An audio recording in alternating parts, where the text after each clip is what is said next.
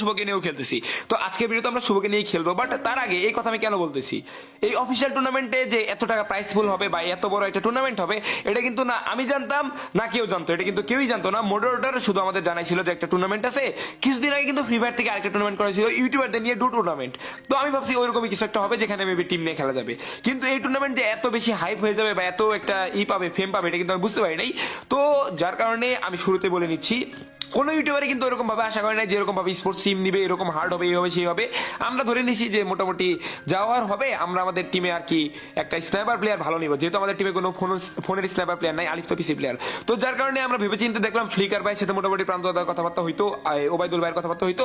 তো তারপরে আমি প্রান্তদাকে বললাম, প্রান্তদা তুমি তাহলে ফ্লিকার ভাইকে বলে দেখো, যদি সে রাজি হয় তাহলে আমরা এই জিনিসটা করি, ফ্রি ফায়ার থেকে টুর্নামেন্ট দেবে কিছুদিন পরে 12 জন ইউটিউবার দিয়ে নিয়ে আর কি। প্রাইস পুরো এরকম হাইটাই হবে না, মোটামুটি লেভেলের একটা হবে, এরকম একটা আইডিয়া করছিলাম। বাট তারপরে প্রান্তদা যখন ফ্লিকার ভাইকে বলে, ফ্লিকার ভাই একদম রাজি হয়ে যায়। এবং তারপরে সাথে সাথে আমি এটাও ভাবি শুভর পারফরমেন্স যেহেতু খারাপ, তো যার কারণে আমি একটা কাজ করি, এই বাংলাদেশের বেস্ট রাশার ব্লেড, তো ব্লেডকে আমরা নিয়ে নিই। তো তারপরে ব্লেডের কথাও যখন বলি তারাও রাজি হয়ে যায়। এবং তারপরে প্রান্তদা, তারপরে আমি, সাথে ব্লেড এবং কি ফ্লিকার ভাই, মোটামুটি বেস্ট একটা স্কোয়াড ছিল।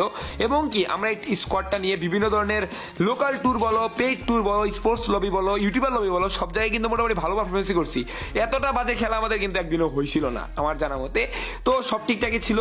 এবং এখানে যদি আমি বলি আমার সবচেয়ে বড় ভুল ছিল এইটাই, যে আমরা কেন ফুল স্পোর্টস স্কোয়াড নেই নাই, এটা হচ্ছে এক নাম্বার ভুল। এবং তার সাথে বড় ভুল যদি আমি বলি, কেন বাংলাদেশ টপ অন স্কোয়াড ভেঙে আমরা নতুন স্কোয়াডটা মেক করছি, এটাও আমাদের একটা ভুল ছিল।